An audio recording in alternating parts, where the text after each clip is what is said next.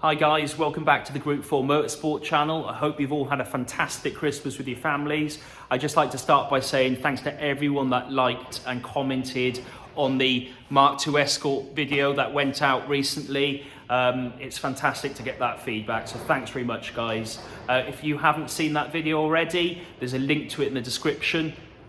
In terms of that build as well, so the engine is now off with the tuners. It should probably be about 2 months, and when that's back, I'll do some more videos of the engine, the gearbox and so on going into the car, so watch out for that guys. So in terms of today's video, I've got a beautiful Mark IV Escort custom build in, and the owner's here. He's going to talk to us about the car. He's going to tell us what he's been doing with it, and we're also going to tell you a little bit about some of the work that's going to happen here over the coming weeks. And then right at the end, so you're going to have to hold on for this, we're going to tell you about another car that's coming onto the channel. So anyway, let's get stuck into today's video.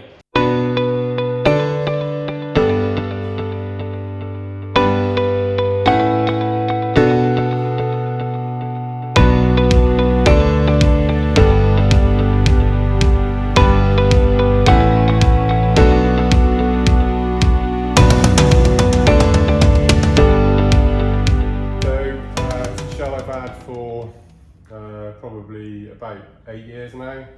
It started off as a lockdown project, got furloughed from work, had an old Escort shell, so decided to drag it out the corner and restore it and keep myself busy under the lockdown. Started off as a Mark IV 1.3 bonus shell. It had already had a custom cage fitted in it, and it was just sort of left outside the unit to rot away. So I decided to get the shell, get it sandblasted. I'm a painter and panel beater by trade, so restored the shell. Thought I wanted to do something different, so thought rather than putting it back to a Mark IV Escort, I bought all the Mark III panels for it and retrofitted the Mark III front end, and thought I didn't really fancy painting any Ford colours, so decided two-tone was the way to go, because I worked on a lot of rally cars and interesting stuff over the years, and I always liked two-tone, so I decided to paint the inside RAL 7015 slate grey, and the outside is an opal colour, 85L graphite pearl metallic. It's stunning though, isn't it? I mean, I've seen this colour on like Mark II Astras. Yeah, so it's similar to that. It's a 90s Astra, limited edition colour from the SRIs. Works quite well with the grey, and then just a few red touches on it, just to brighten up a little bit, really, you know. No, it's stunning. It is. It's a really nice car. So I know it's not complete yet either, but tell us a bit about the engine and what's this had done to it, because it's got a massive turbo on it. Yeah, so turbo is a GTX 28. The engine is a 2-litre 16-valve blacktop from a Focus RS, fully rebuilt by Ian Howell at Area 6. So fully forged bottom end, upgraded head, cams, everything you need really to run 500 plus horsepower.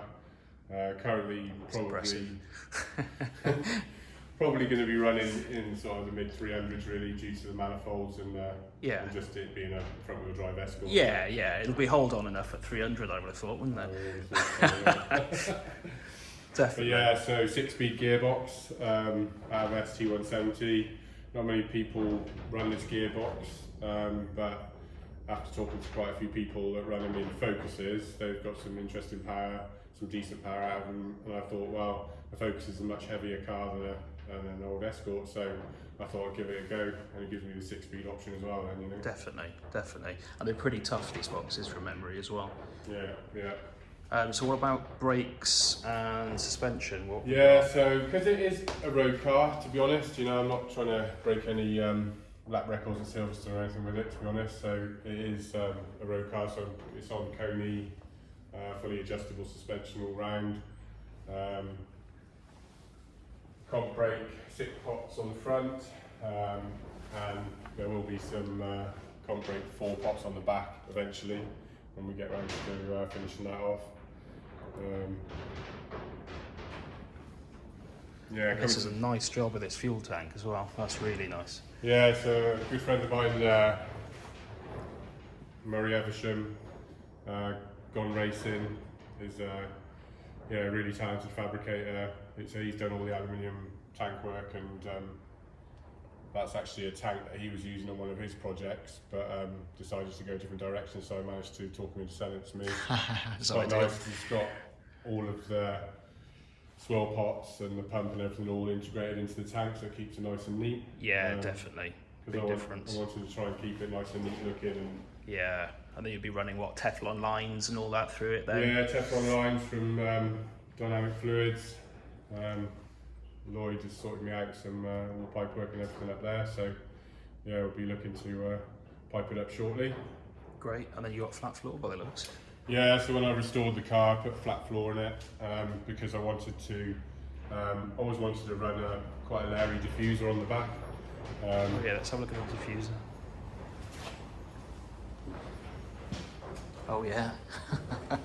Yeah, so a lot of the car inspiration has come from European hill climb stuff, which I quite enjoy watching and followed quite a lot.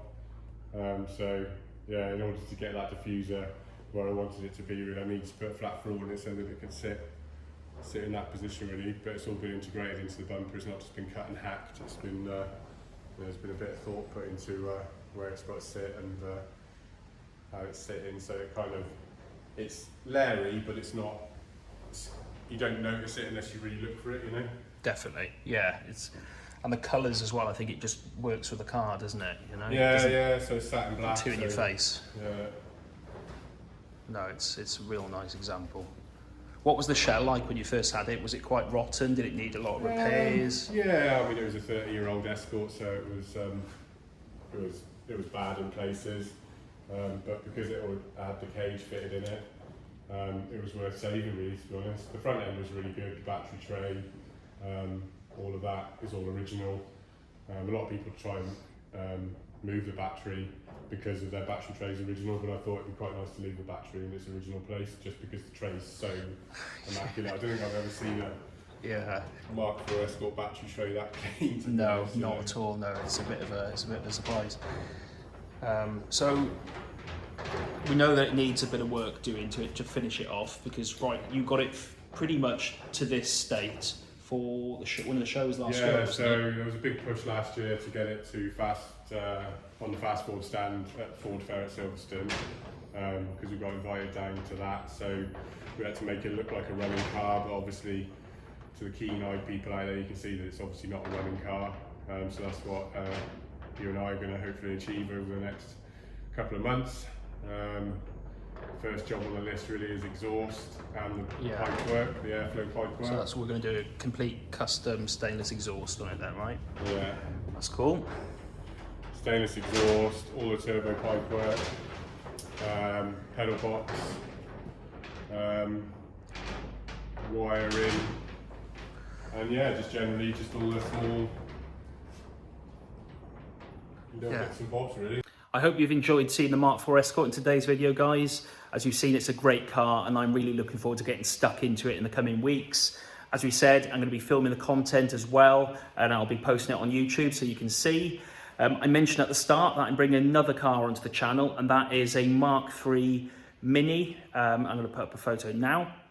It's a really cool car. It's running a 1293cc A-series engine on split 45 Webers.